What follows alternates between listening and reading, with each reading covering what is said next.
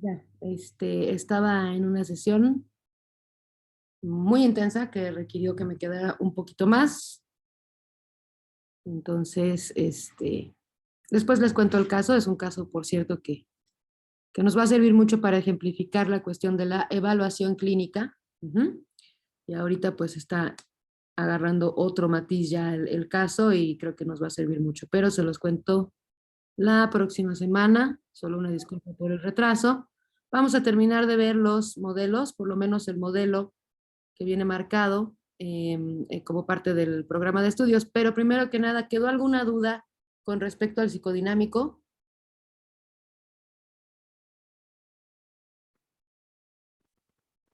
Que vimos el día martes. ¿Quedó alguna duda por ahí? Por ejemplo, ¿cómo se hace la recogida de información entonces en el psicodinámico? ¿A través de qué?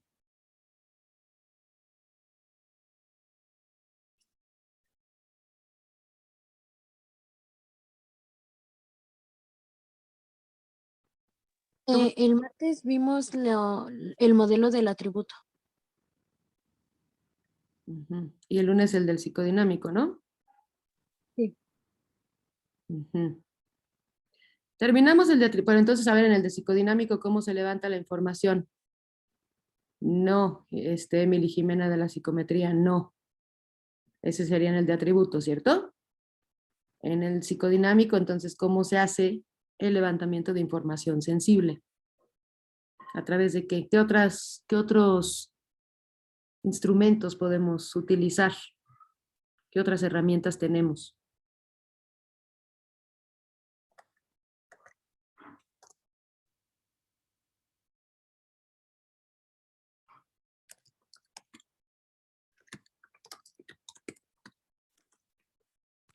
¿Nadie? ¿En serio? ¿Nada?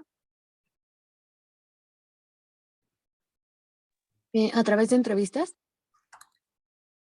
Las entrevistas, los cuestionarios. Ujú. Sí, ok. Las psicométricas no en sentido estricto porque no estamos midiendo una vez más atributos, pero podríamos hacer otro tipo de pruebas ¿Se como... podría a través del discurso? Ujú, exactamente es a través del discurso, pero elabóralo un poquito más como Andrea. No, muchas veces cuando, en este caso, el individuo que estamos analizando o estudiando nos está comentando alguna situación, él no se da cuenta que nos deja entrever ciertas características que podemos tomar en cuenta para su misma evaluación, por cómo las expresa, aunque a él no le parecen importantes. Correcto, porque ¿qué hace el psicoanálisis?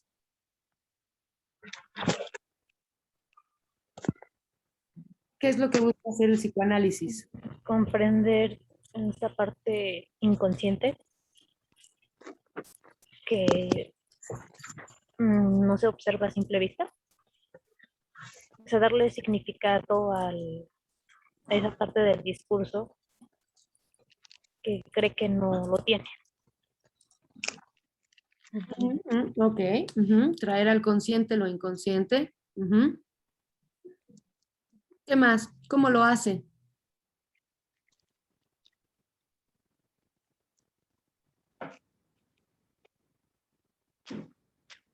¿Cómo lo hace? ¿Qué hacía Freud? ¿Cómo investigaba? Pues es esta cuestión de... Pinches ahí.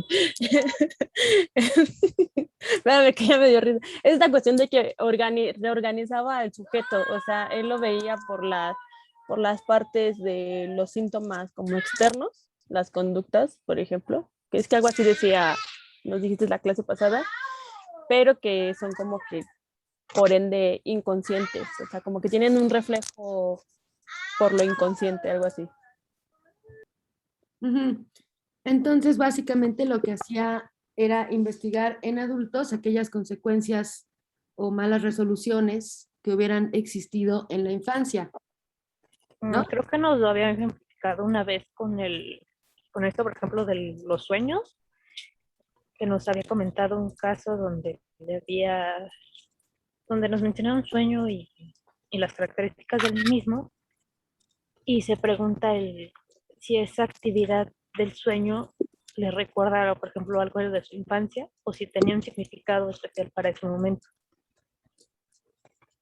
Correcto, ahí estamos hablando de la capacidad de simbolización y de significación.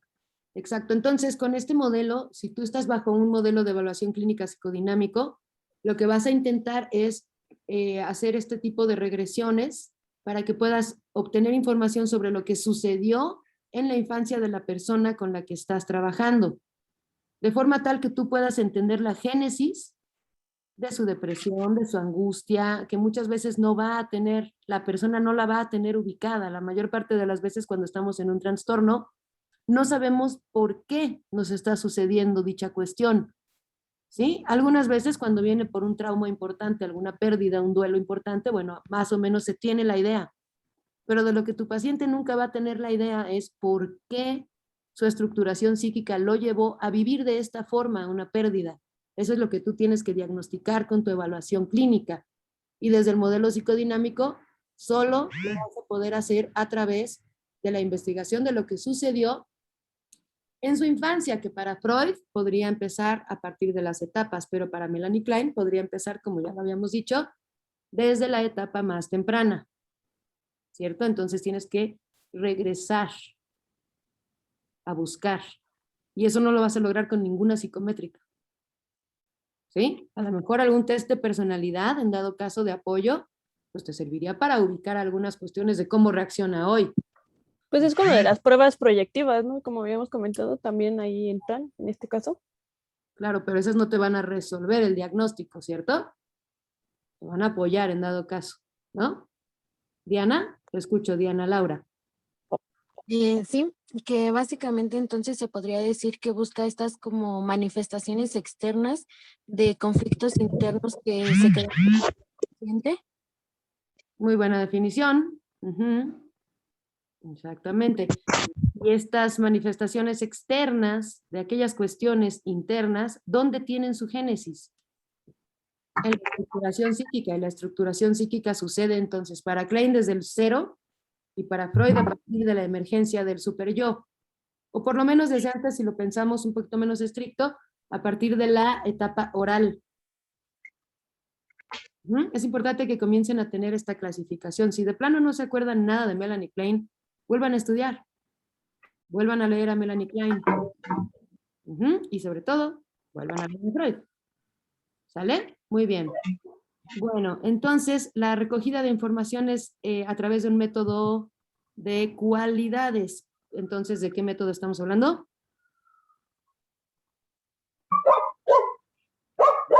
Cualitativo. Cualitativo, ¿no? Bueno, muy bien.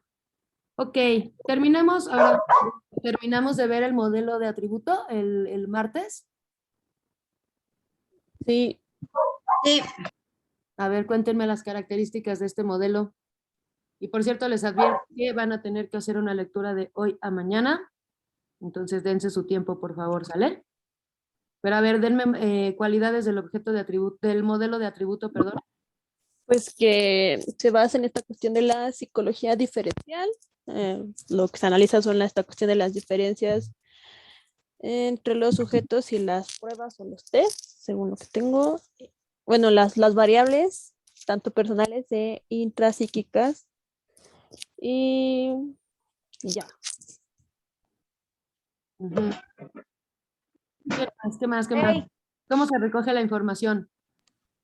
A través de las pruebas psicométricas, de los test, y bueno, se miden los rasgos y se puede conocer la posición pues que tiene el sujeto en un atributo específico, dando como una referencia en un grupo normativo, creo que es lo que dijo. Siempre con referencia al grupo normativo. ¿Y por qué este de atributo les entra mucho más fácil que el psicodinámico? ¿Por qué? Pues porque lo estamos viendo apenas, porque tenemos lo de la teoría clásica de los test, ¿no? De esta cuestión de la aplicación y demás. Bueno, esa podría ser. Porque ya está limitado. O sea, tiene ya un orden específico. en el que tienen que entrar nuestros análisis para la comparación. Y en el psicodinámico interviene el análisis de las conductas y otras variables psíquicas en cada individuo. Correcto, entonces en medida de lo posible en el psicodinámico lo que estamos haciendo es buscar a través de estas regresiones a la estructuración psíquica de la persona, vamos a buscar sus huellas némicas, sus rasgos subjetivos. Entonces este diagnóstico es mucho menos, es un saber muy importante, pero quizá entonces aleja del método científico clásico y nosotros, como dice por acá también Aileen, siempre vamos a entender mucho más fácil cuando se trate de un proceso casi que con la lista de cuestiones nos lo va a resolver más fácil, pero eso no nos acerca al conocimiento cualitativo de nuestros sujetos, ¿cierto? Entonces, si se puede hacerse a través de la matemática, claro, como dice Andrea, entonces si estamos a través de la matemática vamos a dejar fuera todos los atributos plenamente psicológicos, ¿no? Psíquicos, ¿cierto? Entonces hay que tener muy en cuenta eso, porque finalmente vamos a tener que hacer modelos integradores, ¿se acuerdan? Y los modelos integradores, entonces estoy tratando algunas cuestiones a través del de atributo, pero definitivamente no me van a resolver algunas otras cuestiones que solo el psicodinámico, el gestáltico, o el humanista o el cognitivo-conductual sí lo van a resolver.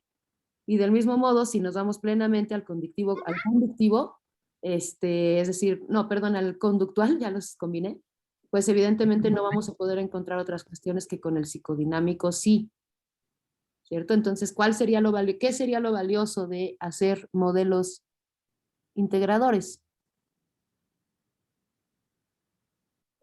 Pues que vamos a poder tener como que más exactitud en nuestra cuestión de la evaluación. Correcto, sí. Ok, le llamas ser más exactos, ¿no? En nuestros diagnósticos. En ningún diagnóstico va a ser exacto, eso sí, ténganlo también siempre muy en cuenta, porque no estamos buscando algo que sea perfectible, es decir, tendrá una transición, una cura, tendrá un tratamiento, ¿cierto? Pero no estamos buscando que nuestros sujetos sean perfectos, ¿no? ¿Qué estamos buscando? Que hagan un proceso. Entonces, si tú tienes por ejemplo, en tu caso, un niño con autismo, Moni, ¿no? Pues no estás buscando que sea perfecto, lo que estás buscando será que tú tengas un modo de trabajar con ellos del cual pueda hacerse cada vez un adulto más funcional dentro de una sociedad que exige esta funcionalidad, ¿no? Pero no estamos buscando cierta exactitud porque ahí nos vamos otra vez. Es más, ¿sabes cuál es un buen sinónimo de exactitud para todo esto, Moni? Precisión. Precisión en nuestro diagnóstico para que el tratamiento sea también el más atinado, el que mejor le vaya a tu paciente, ¿no? Bueno, entonces la integración de los dos modelos sería poder tener mayor validez en cuanto al uso de los dos juntos, ¿no? Porque no podemos hacerlo exacto, pero entonces podemos hacer uso de dos dentro de la misma batería, dos tests diferentes, pero que se complementen sin afectar la validez. Interesante, interesante, pero aquí dejemos por fuera un ratito la batería de test. Pensemos únicamente en modelos. Ajá. A ver, por ejemplo, hablas de dos modelos. ¿Cuáles son? ¿El psicodinámico y el de atributo? Sí. ¿No? Tendríamos que buscar que no marquen mal o le quiten la validez al uno al otro. Correcto. Eso si pensamos plenamente en psicométricas, ¿no? Cuando no, a ver, ¿cómo sería una especie de validación en el psicodinámico? ¿Cómo podrías encontrar la validez en un método cualitativo, no cuantitativo, que no se apoyara en la psicología diferencial o psicología matemática? ¿Cómo podríamos hacer, acá no son ítems, pero vamos a relacionarlo, ítems, ¿no? Que fueran válidos en el modelo psicodinámico. Como es de atribución, podría ser en base al, por ejemplo, el diagnóstico en base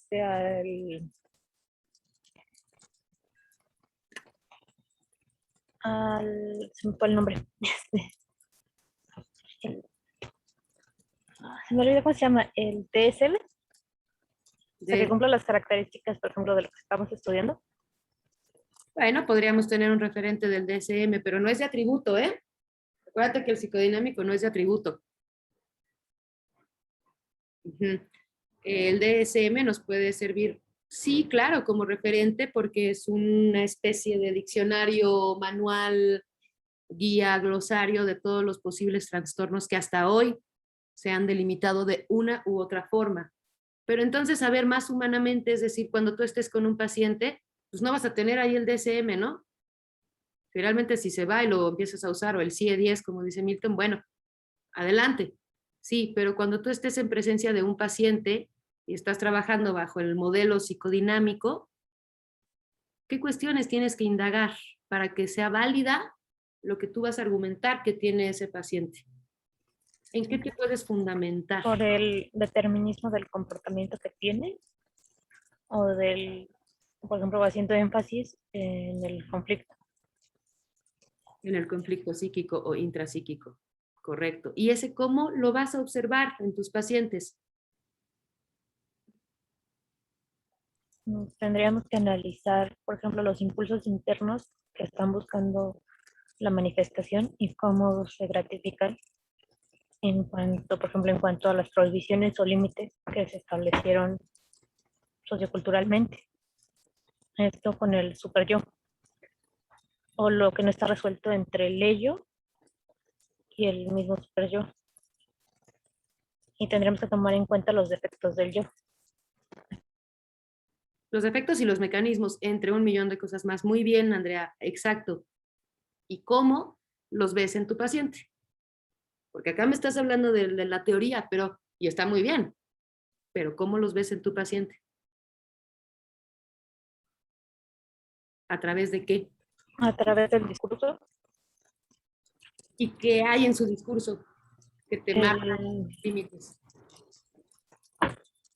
podríamos tomar en cuenta la edad del, por ejemplo, si fue criado en cierto tipo de familia, porque no es lo mismo, por ejemplo, alguien que tenga tendencias a, por ejemplo, la violencia o marcar mucho las diferencias entre géneros, que fue criado en una familia más o menos abierta, o si fue criado en una familia o un lugar más apegado a la religión o a lo tradicional.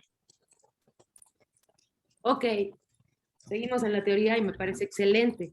Y sí, todo eso que dices influye un montón a la hora de hacer nuestro diagnóstico desde el psicodinámico y en realidad desde todas, ¿no? Porque ahí sí hasta en el de atributo hay que tomar en cuenta el contexto para que nuestros ítems, como bien dices, no pierdan validez, ¿cierto?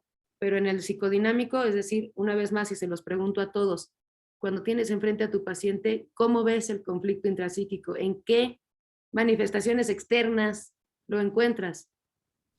Pues puede ser en esta cuestión de que mueva mucho los pies, como de nerviosismo por contar algo.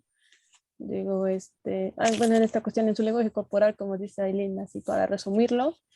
Y también en la forma en la que lleva la plática, o sea, puede ser que no hable nada en ese momento, o que hable y primero cuente una cosa y resulte que se salta como que a otra cosa y ya estaríamos ahí como que analizando esta cuestión de los mismos mecanismos.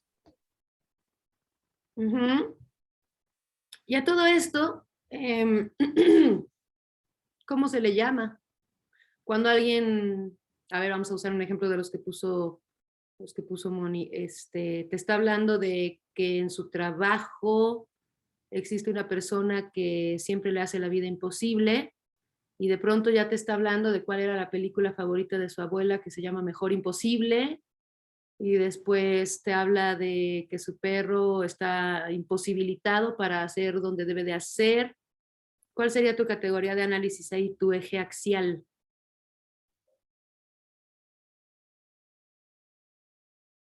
¿Qué se repite en estos discursos? ¿De qué te está hablando verdaderamente tu paciente?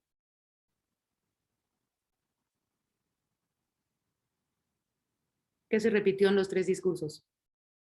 ¿No podría ser como una barrera? Como algo que no puede pasar o algo que él mismo se está como que atorando en eso que no puede y por eso está como repitiendo que su perro no puede no sé qué cosas y su abuelita su película era algo de imposible y que en su trabajo tenía como a un némesis, ¿no? O algo así. Que le hace la vida imposible. Exacto, muy bien, Silvina. Entonces, ahí lo que está diciéndote de lo que te está hablando en esa consulta en específico, ¿no? Porque en otras el eje axial será otra, ¿cierto? Pero en esa te está hablando de su imposibilidad ante ciertas cuestiones. Y tú ahí tienes que seguir el rastro de lo que hoy le es imposible y tratar de buscar la génesis o el origen en su infancia. Entonces, a lo que iba yo es cómo lo podemos ver en nuestros pacientes a través de la evaluación psicodinámica por sus síntomas, no por sus rasgos. También por sus rasgos, pero sobre todo por sus síntomas. ¿Qué son los síntomas? Y Milton, te doy la palabra. Adelante.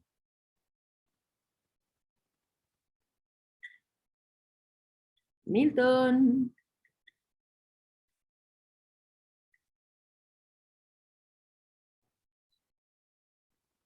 ¿No hay Milton? Bueno, ahorita nos contestas, Milton, porque no me pelas. Bueno, entonces, ¿qué son los síntomas? Es que no me deja. A ver, déjame ver si yo puedo.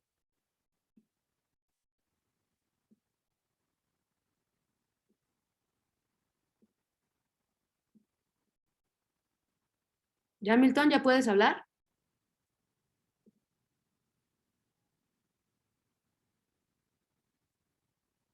¿No? Ok, bueno, yo ya lo intenté por acá y no me deja.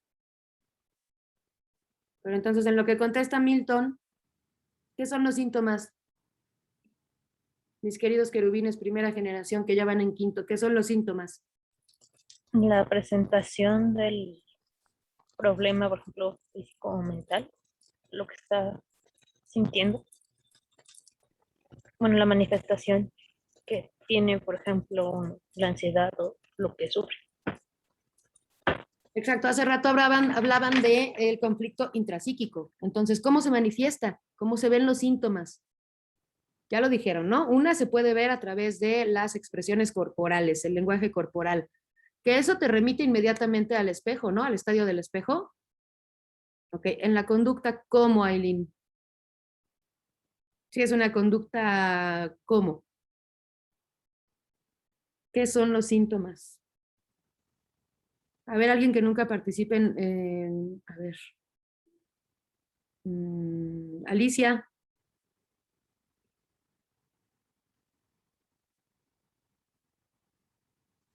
¿estás por acá, Alicia? Solo es que sin cámaras es horrible porque nada siento que entran y después se van a hacer sus cosas. Pero bueno, Alicia, ¿sí estás por acá? Una conducta como consecuencia. Ujú. Correcto, en su forma de expresión, dice Aileen. Ujú. Ok, Diana Laura, adelante. Podría ser cuando hay una inadecuación estructural entre el sujeto y el mundo, o sea, es decir, la parte externa. La parte externa, O sea, que no se adecúan como la estructura psíquica con su exterior. claro que hay un conflicto por ahí entre lo que se espera, manifiesto, y lo que se da de verdad. Es decir, una conducta por ahí muy desorganizada o una conducta maníaca o una conducta depresiva, todo esto, pero ¿cómo lo puedes ver? A ver, por ejemplo, pues Freud diría lapsus, ¿no? Ustedes han tenido lapsus, ¿cierto? ¿Saben qué es un lapsus? Si no lo saben, hoy sí me voy a deprimir mucho. ¿Saben qué es un lapsus? Sí, ¿Qué es un lapsus, Eder? pues es como una equivocación supuestamente involuntaria de una persona, pero se supone que es un acto fallido. Ay, algo así me acuerdo. Muy bien, Eder. Muy bien, muy bien, muy buena aportación. Exacto. Entonces, pues tú quieres decir algo y la persona más bien dice otra cosa completamente, pero en esa otra cosa lo importante es ver lo que verdaderamente quería decir. Como estoy tomándome un café con alguien y, me gustas mucho el café. ¿Qué estoy diciendo? que le gusta a esa persona. Puede ser, ¿no? Ujú. Entonces, en estas equivocaciones, como dice Eileen, o acto fallido, como lo llamó Eder, ¿qué estamos viendo? El inconsciente de la persona. Entonces, ustedes ya tienen que tener bien claros qué herramientas les van a servir para hacer esta evaluación psicodinámica. La de atributo me queda clarísimo, que ya lo tienen clarísimo, porque además pues es la más fácil, ¿no? Es la más sencilla y es la que está en lo cuantitativo, repetible, contundente, positivista, ¿cierto? Y no solo eso, sino que llevan una materia en la que van a ver psicometría hasta las orejas. Ujú. Pero todos los demás modelos, ¿cómo hacemos que sea viable? ¿Cómo es que la manifestación de estos síntomas, ay, perdónenme, te van a servir para la construcción de tu investigado o de tu investigación? Bueno, de tarea entonces para mañana quiero que investiguen cuáles serían las formas de viabilidad en el modelo psicodinámico, ¿sí? Y aparte van a hacer su lectura, no es tan larga, no se preocupen, pero sí necesito que mañana... Maestra, ¿puede repetir? Perdón, es que no alcancé a anotar todo. ¿La tarea? Ajá, Hay que investigar las formas de viabilidad que se pueden encontrar en el modelo psicodinámico. gracias. No la tienen que subir, no es una tarea para el Classroom, solo necesito que participen. Y mañana sí me voy a poner exigente con sus cámaras porque la verdad sí me frustra bastante saber que, por ejemplo, pues están y no están, ¿sí? Entonces se bañan, se ponen bien guapitos, bien guapitas para que por favor prendan sus camaritas, ¿sale? No me den el avión porque esto sí comienza a ser muy, muy, muy frustrante. Pues mañana, por lo menos mañana denme el gusto de verlos y verlas con su camarita prendida, ¿sale? Por otro lado, la lectura. Maestra. Con la lectura vamos a terminar de ver los modelos que les dije, que son ¿cuál? Gestalt, ¿y cuál nos falta? Conductual y cognitivo. Sí, conductual, ¿no? Exactamente. Y aparte ya, si nos da tiempo, que yo creo que sí nos va a dar muy buen tiempo, humanista. Y con esto ustedes van a tener ya no solo un modelo de atributo que el cual están desarrollando tremendamente en la materia de introducción a la psicometría, sino que aparte van a tener otros 4 o 5 modelos de 400 que existen para que ustedes puedan jugar y hacer modelos integradores donde sea que estén parados, sea en clínica, sea en laboral, sea en organizacional, que sería casi laboral, en social. Dios mío, ¿sí? ¿Se entiende? Bueno, entonces mañana, camaritas prendidas, ¿tenemos un trato? Gracias. Sí. Eva. Sí. Bueno, pues gracias por la comprensión. Nos vemos mañana. ¿Tienen clase antes de mí? Yo no, Sí, el bueno, 502, sí. ellos sí, nosotros no. Bueno, quizá mañana nos llevemos unos 20 minutitos más. Después de mí, ¿también tienen clase? Sí. No, ya no. No, es la última. Bueno, entonces mañana igual les robo 20 minutitos, no más, ¿sale? Para que veamos los 3 modelos que faltan, por lo menos 2, ¿sí? Sí, maestra. Entonces ahorita va a subir la lectura, ¿verdad? Primero, Eder, en cada uno de los classrooms. Ok, vale. Gracias, hasta luego. Quiero, bonita tarde, cuídense mucho. Gracias. Adiós. Bye, bye. Bye. Gracias, bye. Chao.